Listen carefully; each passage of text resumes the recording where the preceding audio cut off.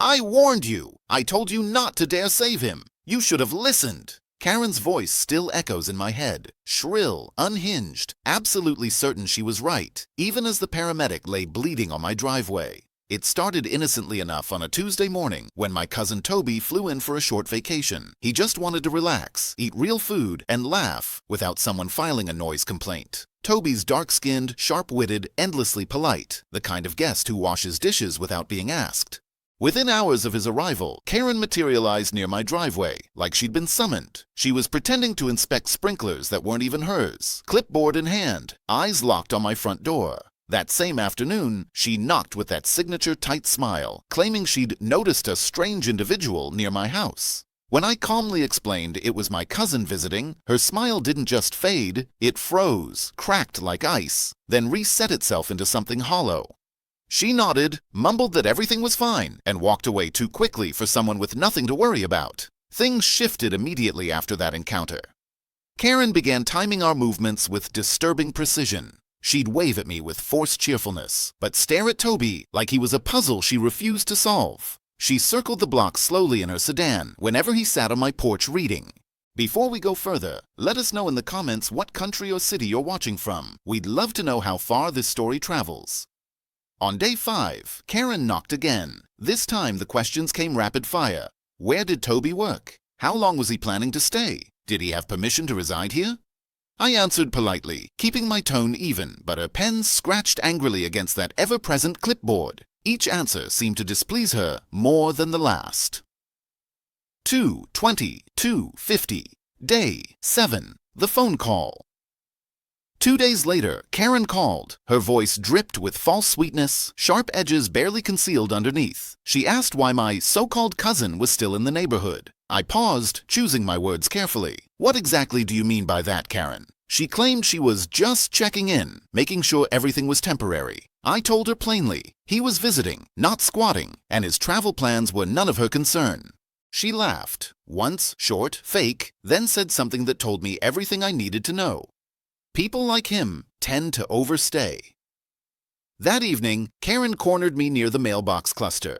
She said there was no official problem yet, but some residents were feeling uneasy. She blamed property values, safety concerns, and community standards, all the coded language bigots use when they can't say what they really mean. I reminded her that guests were explicitly allowed under HOA rules. She waved that off dismissively and said rules could always be reviewed. Then, she walked away smiling like she'd already won something. At the next HOA meeting, Karen took the floor longer than usual. She talked about non-residents draining resources, using facilities they didn't pay for, and creating risks. She never said Toby's name. She didn't have to. Every sentence pointed straight at him like an accusation. Heads nodded around the room, papers shuffled. Nobody challenged her. Nobody spoke up. I sat there stunned as she proposed stricter guest enforcement, all dressed up as a temporary safety measure. 2 days later, the consequences started rolling in. When Toby tried entering the gym, the attendant stopped him. Guests were suddenly restricted.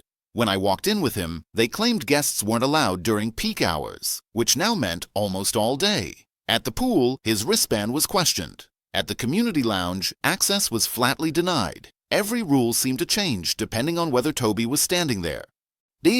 I confronted Karen directly in the parking lot. She claimed innocence, insisted policies weren't personal, then warned me that pushing back could escalate matters. That word stuck with me. Escalate. She wasn't calming anything down. She was testing limits, measuring reactions, enjoying the imbalance of power. I realized then she wasn't just enforcing rules, she was weaponizing them. And she wasn't even close to finished yet. Day 14 started quietly. The house finally felt calm again. Toby went into the bathroom to shower, humming off-key like he always did when he thought nobody was listening. I was in the kitchen rinsing a cup when a sharp scream tore through the house. It wasn't dramatic or drawn out. It was raw, panicked, and instantly froze my blood. I ran down the hallway and burst into the bathroom. Water flooded the tile floor. Toby was down, twisted awkwardly, one arm pinned beneath him. His face was pale, teeth clenched, breath uneven. He'd slipped hard on the wet tile. I knelt beside him, heart racing, asking if he could move. He tried, winced hard, and shook his head. I grabbed my phone and called 911, stumbling over my words while trying to keep him still and calm. The ambulance arrived quickly, lights flashing, professionalism cutting through my panic. The paramedics moved with calm precision, checking vitals, asking questions, stabilizing him. Toby even cracked a weak joke about bad luck, trying to stay brave. I was just starting to breathe again when a familiar voice sliced through the moment. Karen stormed into my hallway like she owned it. She demanded the paramedics stop immediately. One paramedic turned, confused. "What's the issue, ma'am?" Karen pointed at Toby like he was evidence in a crime scene. "He's not a resident. He doesn't pay HOA fees. He has no right to community emergency services." The paramedic blinked, clearly baffled. "Ma'am, emergency care doesn't work that way."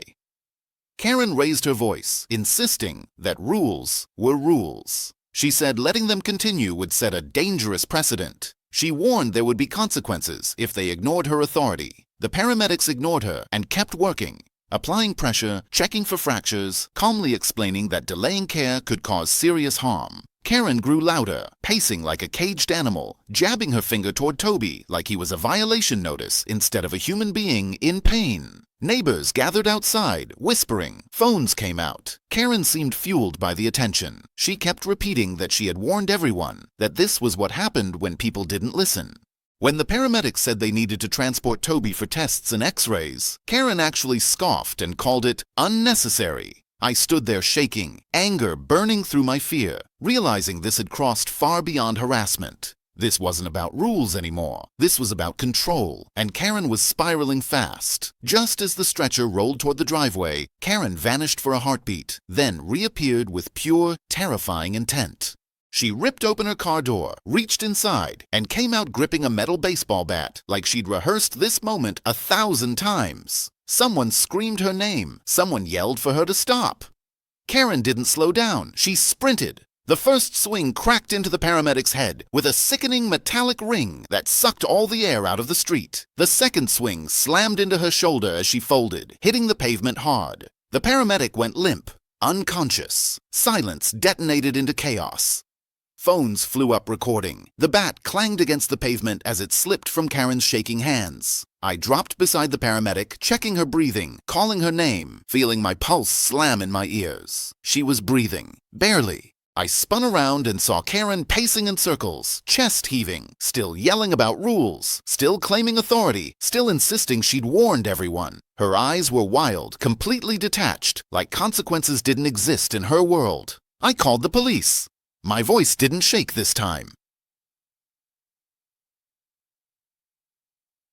49-20. The other paramedic worked furiously, radioing for backup, refusing to abandon her partner. Someone kicked the bat farther away from Karen. Karen tried to talk her way out, tripping over her own words, blaming policy, blaming me, blaming the entire world for not respecting her authority. Sirens arrived fast. Officers ran in, weapons down, commands sharp and clear. Karen tried to walk off like nothing had happened. She was stopped, cuffed, and dragged toward a police cruiser while screaming about lawsuits and power and injustice. Body cameras caught everything. The bat, the strikes, the collapse, the witnesses finally speaking up in one overlapping wave of testimony. The injured paramedic survived after emergency surgery. She had a fractured skull, broken collarbone, and months of recovery ahead of her. Karen didn't survive, not socially, not legally. She was charged with aggravated assault with a deadly weapon and obstruction of emergency services. The judge gave her 6 years in state prison, citing her complete lack of remorse throughout the trial. She was ordered to pay $485,000 in restitution, covering medical bills, lost wages, and trauma damages. The HOA removed her permanently and dissolved the committee she'd controlled with an iron fist for years. When Karen was taken away to begin her sentence, the neighborhood didn't cheer. It didn't celebrate. It breathed. Accountability had finally shown up, loud, undeniable, and long overdue.